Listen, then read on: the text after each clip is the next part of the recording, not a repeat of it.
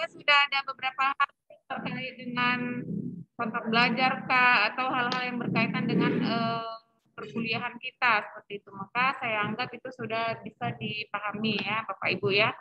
Nah, untuk hari ini kita akan membahas tentang bahan mungkin ya, bahan-bahan dalam penelitian hukum. Jadi itu Nanang Rizky videonya kok gitu, baru tes CPNS apa gimana itu? Nanang Rizky baru selesai kamu ya tes CPNS? Enggak, kalau ada istri aku lagi mas ya.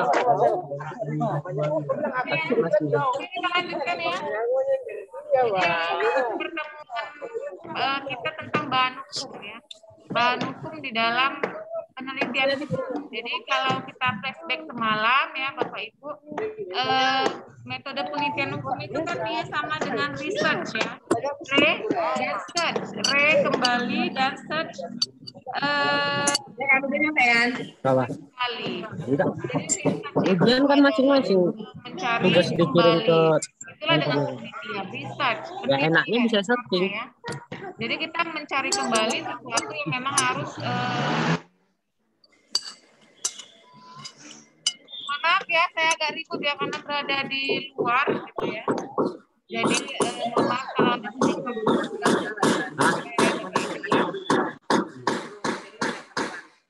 Baik, saya lanjutkan. Jadi untuk bahan-bahan di dalam penelitian ya. Enggak lah, ya udah kok memang apa biasanya. Dan juga ada data hukum, data ya, data penelitian. Data penelitian. Saya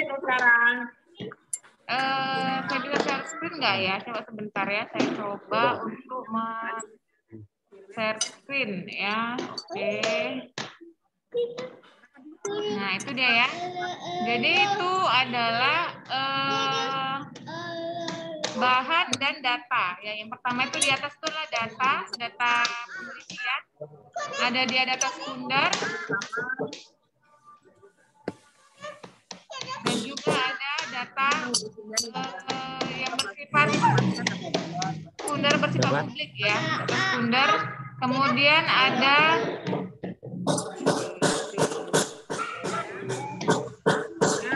bahan hukumnya, bahan hukum primer dan juga ada bahan hukum tersier. Jadi ada bahan hukum primer itu dan yang terakhir adalah bahan hukum tersier. Kalau kita lihat tersier ya Bapak Ibu ya. Poin C paling atas. Nah kita bahas dulu apa sih itu bahan hukum dalam penelitian.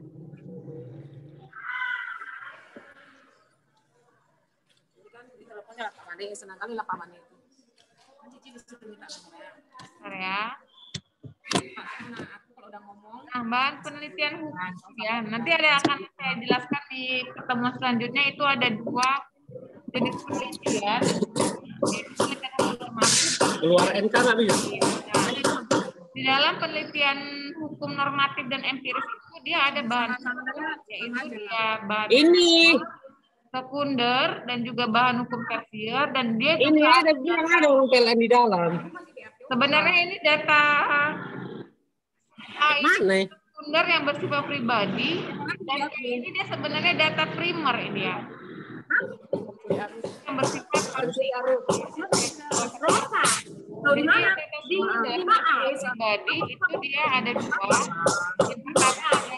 Yang pertama adalah ingat nggak Cik yang malam-malam tiba-tiba mati lampu hidup lagi mati hidup lagi ada yang mati bersuara ya, coba dimatikan lah. Yuk, coba aku bakar dulu ya. Dari mana dia ngambil? Dari kipas angin. Mau buat cok-cokan HP. Manjat dia. Oke, udah ya. Masih ada yang ribut nggak?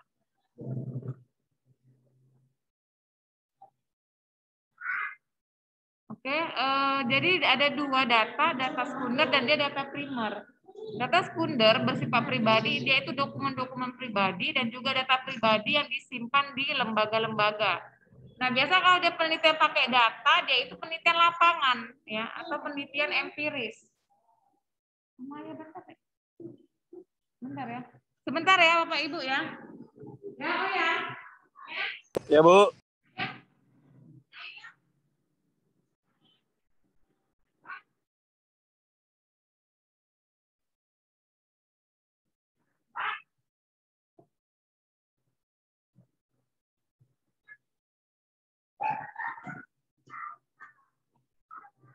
Sorry ya. Kalau di luar kayak gini banyak gangguan. Masalahnya posisi di luar pula jam segini ya kan. Jadi mohon maaf ya Bapak Ibu ya. Oke, kita lanjutkan. Untuk data kita lah. Data hukum sekunder, dia ada dokumen pribadi dan data pribadi yang disimpan di lembaga atau instansi tempat kita meneliti. Jadi data-data itu dia bersifat pribadi. Nah, ini biasanya di dalam penelitian empiris. Nanti ke depan akan saya jelaskan ada dua jenis penelitian, penelitian empiris dan penelitian normatif. Kalau yang empiris dia itu pakai data, walaupun juga dia pakai ini ya bahan-bahan primer gitu ya, artinya undang-undang segala macam. Tapi dia lebih kepada data-data. Kalau dia penelitiannya di lapangan atau empiris.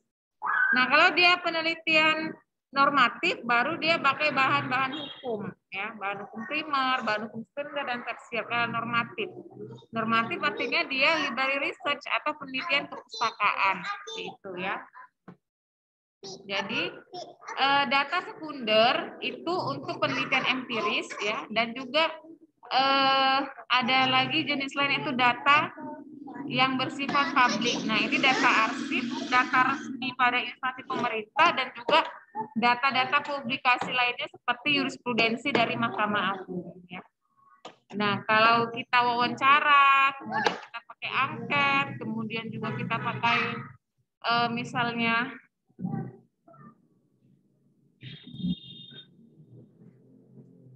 pakai data-data lapangan ya, yang lainnya observasi atau apa gitu ya, itu merupakan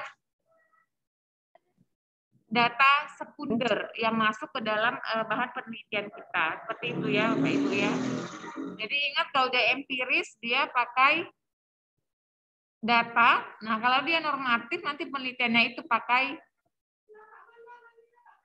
masih banyak yang baru masuk ini ya.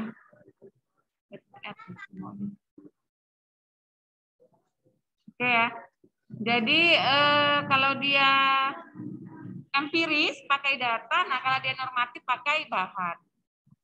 Jadi ingat aja kalau dia data sekunder bersifat pribadi, dia dokumen-dokumen yang private atau pribadi. Kalau dia bersifat publik, dia itu adalah yang diinformasikan ke seluruh halayak publik gitu ya. Nah, kalau yang empiris, sekali lagi saya katakan dia pakai data penelitian. Nah, kalau Bapak Ibu penelitiannya itu normatif, baru dia pakai bahan hukum. Ya. Bahan hukumnya itu ada 3 jenis, seperti yang ada di slide saya ini ya. Ada dia bahan hukum primer, kemudian juga ada bahan hukum sekunder dan bahan hukum tersier. Ya, ini untuk penelitian normatif. Tetapi tetap ya, bahan-bahan hukum ini juga bisa masuk ke dalam penelitian empiris atau penelitian lapangan. Biasanya banyak kalau dia pekerja, ya, seperti Bapak Ibu ini mungkin pekerja, itu biasanya pakai penelitian empiris. Apa itu penelitian empiris? Nah, kalau penelitian empiris itu dia penelitian di lapangan. Jadi Bapak Ibu itu biasanya ya kalau dia bekerja meneliti di instansi masing-masing. Misalnya dia ada yang bekerja di Kemenkumham ya, maka dia biasa melakukan penelitian, mengangkat skripsinya itu tentang Kementerian Hukum dan HAM ya, atau misalnya dia ada di Satpol PP atau dia di kepolisian gitu ya, atau dia bekerja di mana, di PLN misalnya. Nah, biasanya itu mengangkat di instansi masing-masing. Itu ya Bapak Ibu ya. Jadi memang untuk penelitian-penelitian para pekerja biasanya dia penelitiannya di lapangan atau penelitian di instansi masing-masing. Nah, mulai sekarang Bapak Ibu udah mulai bisa berpikir mau angkat judul apa ini ya skripsi saya gitu. Misalnya ada yang bekerja di PLN ya, bisa dia menggali apa yang mau di research atau dilakukan penelitian di PLN ya. Misalnya apakah terkait dengan pencurian arus listrik atau terkait dengan kerugian negara di PLN atau apa, atau dia bekerja misalnya di rumah sakit ya, bisa meneliti tentang apa saja, terserah. Makanya kalau udah bekerja keuntungannya itu kita bisa meneliti di tempat kita bekerja dan kita akan menguasainya.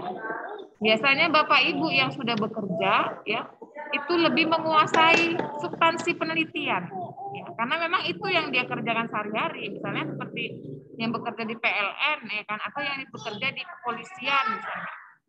Apa yang dia angkat dan dia teliti di instansinya, dia menguasai secara substansi, tetapi kebanyakan dari Bapak Ibu yang bekerja gagal pada format penulisan. Nah, kebanyakan format penulisannya itu yang sering bersalahan. Yang saya lihat ya dari pengalaman-pengalaman mahasiswa yang sudah saya uji meja hijau seperti itu ya.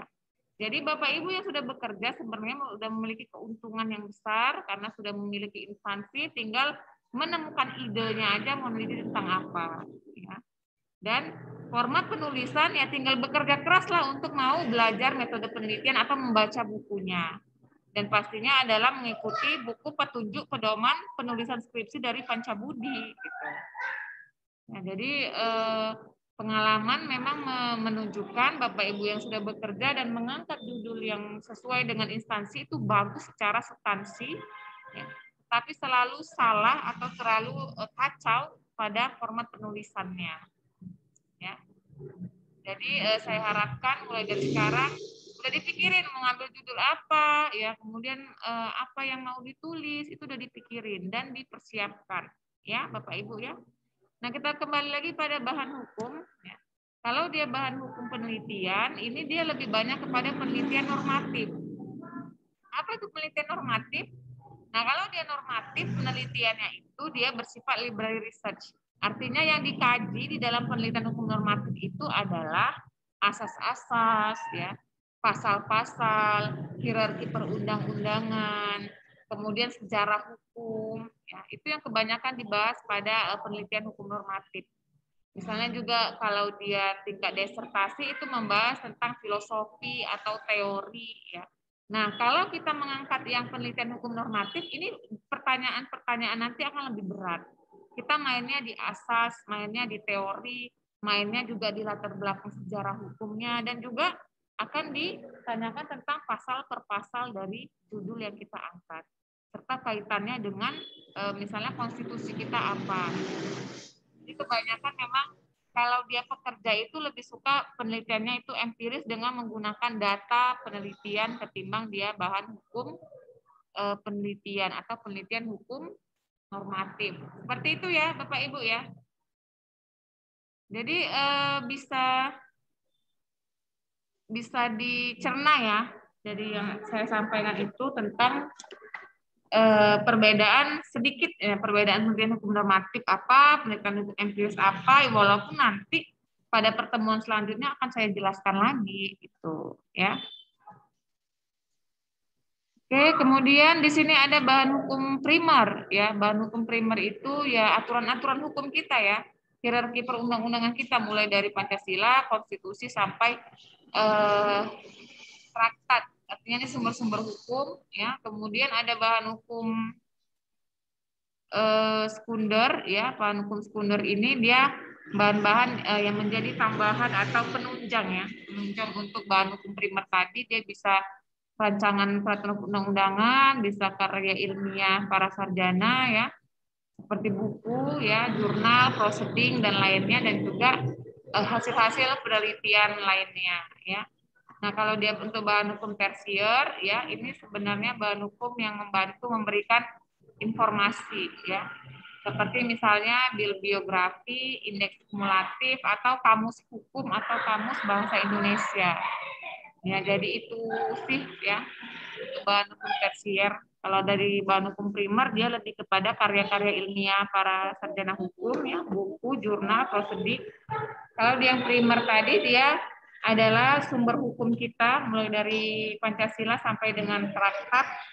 Dan kalau dia yang hukum tersier bahannya itu dia membantu ya, bisa biografi, bisa indeks kumulatif, bisa juga dia kamus hukum atau kamus bahasa Indonesia. Oke, mungkin itu aja dulu ya dari saya. Silakan saya berikan kesempatan untuk tanya jawab terkait dengan bahan hukum kita ya.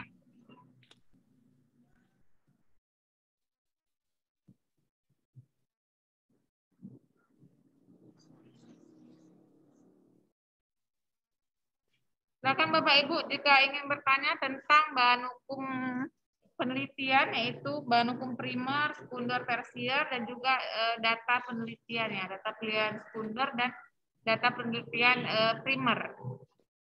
Oke, saya buka sesi tanya jawab. Silakan jika ada yang ingin bertanya ya.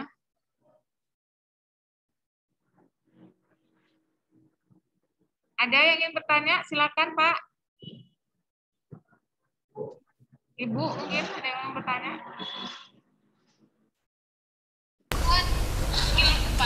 Saya Bu. Oke, silakan Pak Andar Lumban Raja. Tadi belum apa namanya Bu? Bukan bertanya Bu, permohonan minta apanya Bu? Bahan-bahan ini supaya nanti bisa dipelajari Bu. Oh iya, nanti itu Pak akan saya upload di portal e-learning ya Pak. Oke, siap Bu. Belum saya upload, sabar ya Pak ya. Ya, terima kasih Bu.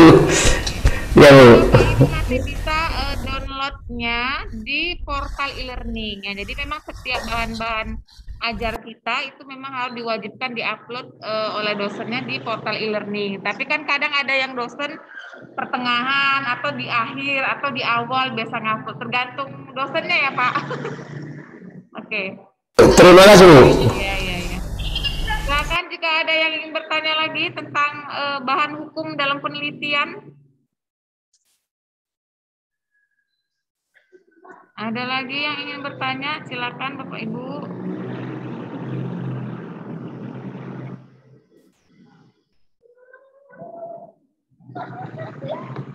Saya beri kesempatan mau bertanya, misalnya tentang hal lain juga boleh ya terkait dengan penelitian ya, nggak harus bahan hukum penelitian gitu.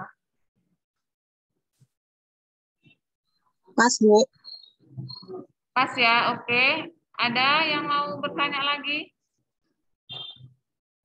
Kayaknya nih wajahnya udah lelah semua ya, capean saya lihat ya.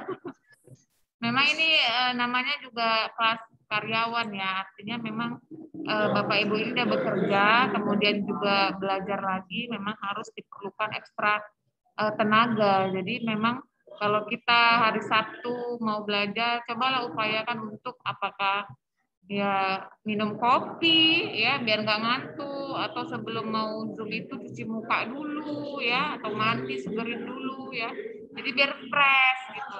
Saya pun kalau ngasih banyak-banyak materi nanti kayaknya udah bingung semua gitu matanya ya kan. Sebelum ini kan saya ada Zoom ya Bapak Ibu ya, jadi saya kasih materi terus.